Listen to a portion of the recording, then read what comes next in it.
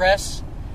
And then once that scene is actually completed, then it is transitioned over to our OSI, Office of Special Investigations. Lieutenant Colonel Waller will address from his perspective, and we actually have the FBI chief that's here that'll also talk from his perspective.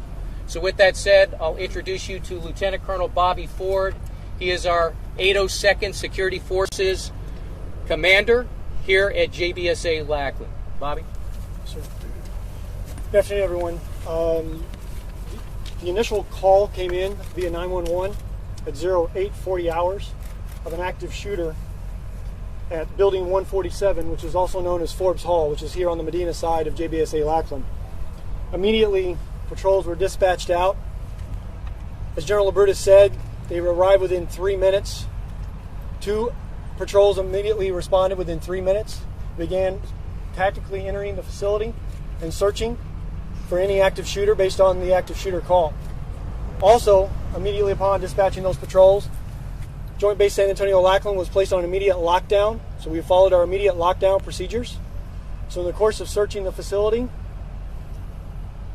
within 8 minutes, they located 2 potential victims on the first floor and proceeded to search the facility. Facility sweeps, tactical control points outside of the facility were placed for traffic, in addition to outside the perimeter. At 0959, all the sweeps of the facility were completed. So it takes a long time to get through that because we need to make sure that everyone inside there is either a friend or foe and get them out of there and evacuated.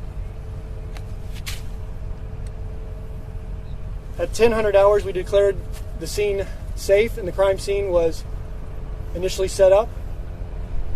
And the fire chief took over, Chief Mark Ledford, and you will talk to him shortly, at 1012 this morning. At 1017, the all clear was lifted for the lockdown. So all of Joint Base San Antonio Lackland was lifted from the lockdown and allowed to proceed because we had the scene and the exterior secure. So at this time, I'll turn it over to the fire chief, Chief Ledford, who took over the scene as incident commander at that point in time. My name is Mark Ledford. I'm the Joint Base Fire Chief. Assumed command from the on-scene commander. And prior to that, we provided assistance with breaching doors. We're partnering with San Antonio Fire, San Antonio EMS, ensured those resources were available. Safety was our paramount concern. Assuming command, we made sure that we had a cordon set up and established, made sure all personnel were safe and accounted for. My role has been pretty short in that we're in the process of ensuring everything is taken care of and everyone is safe that's involved in the response. My hat's off to the responders that arrived, the sheriff, San Antonio PD, San Antonio Fire and EMS did a fantastic job. We appreciate their participation securing the situation as safely as possible. And I'll turn the scene over, or the briefing over. Sir. My name is Lieutenant Colonel Jeremy Waller. I'm the commander of the Air Force Office of Special Investigations, 11th Field Investigations Squadron, here for all Joint Base San Antonio. This morning, as part of the normal notification procedures, my office received a call of a possible incident that was going on here on the Lackland Medina complex. My agents responded along with other law enforcement individuals. We are currently in the process, as General Labruta mentioned, that there are some casualties. We're in the process of beginning to conduct our crime scene investigations with our crime scene investigators, as well as looking for other leads and information as to determining how this incident began, and everything continues to progress as the day continues on. I expect this will go on for several hours and we'll be out here for a while.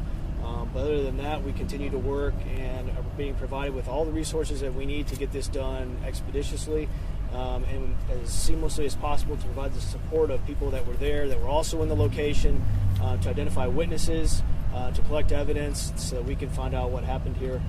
The support that we've gotten, especially from our counterparts in the FBI, with manpower, has been tremendous. Excuse me. Good morning. My name is Assistant Special Agent in Charge Rob Saley. I'm here with the FBI. This morning, agents responded to the call of an active shooter here on base. I'd just like to say our initial assessment is this is not an act of terrorism. Therefore, as the act occurred on base, OSI has the lead.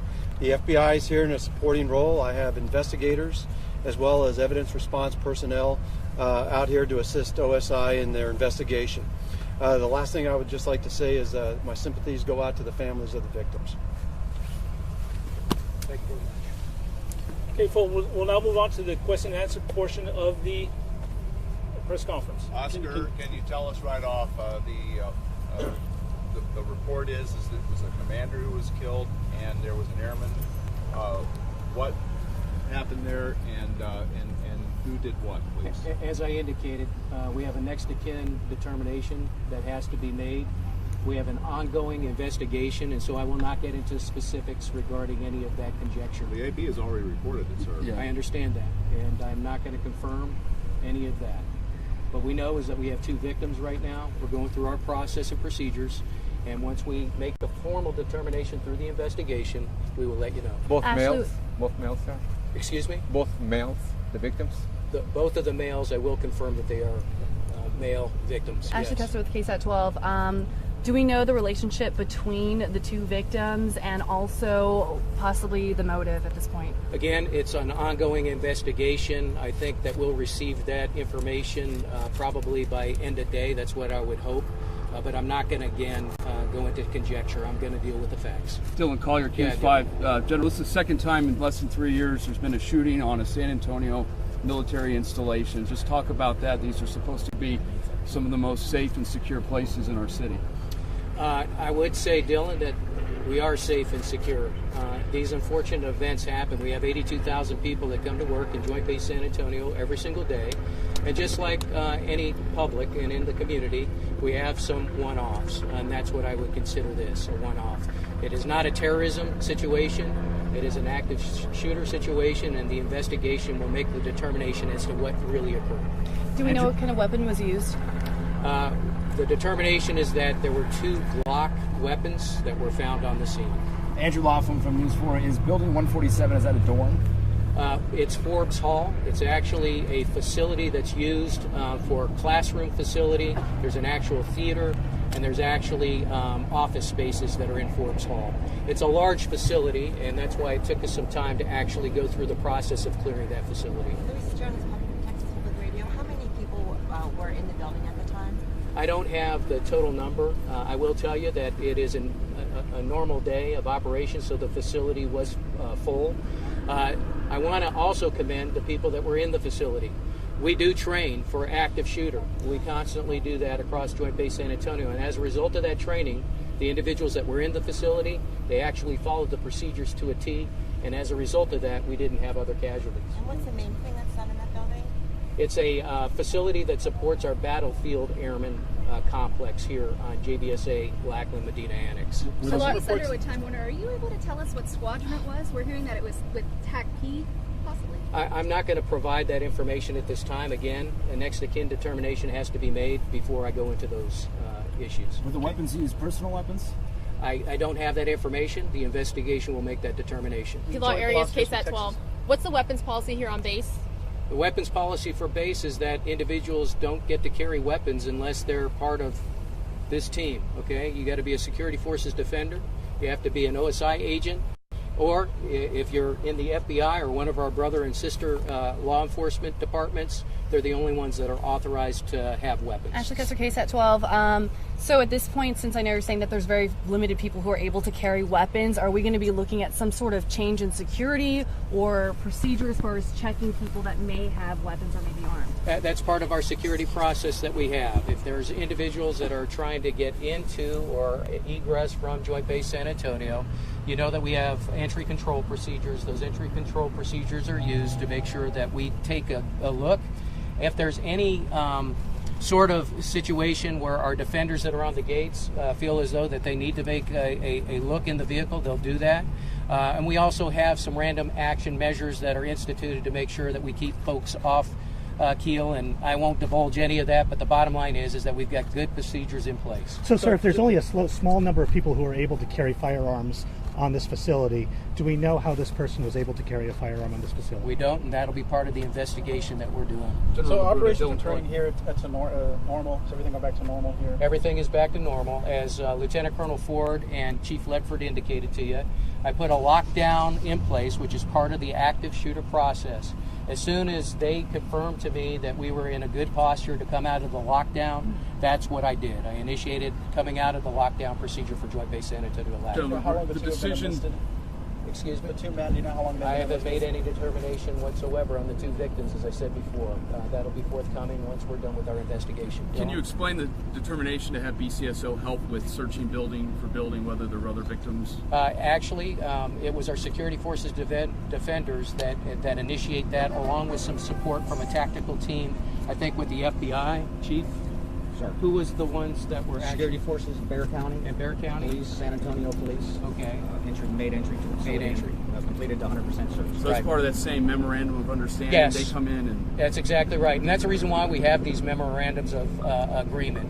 And like I said, the partnership that we have with our law enforcement officials in the city and the county, I know that Chief McManus was here earlier, also the Bexar County Sheriff's Department, along with fire, medical, etc. That's the reason why we have these MOAs in place. You said there was two Yes. weapons. Did one person have both weapons, or did each individual have? Part of the investigation. I'm sorry I can't provide that to you. So, as you can imagine, we're very early on in the investigation process. There's a lot of details that we don't have, and we have to collect all those details first before we release it to you. Once we have more information, we'll be glad to go in and furnish you with some of this information that you're requesting. For that reason, unfortunately, we're not able to give you a lot of the details that you're asking for at this point. With that said, we'll go ahead and open it up for a couple more questions.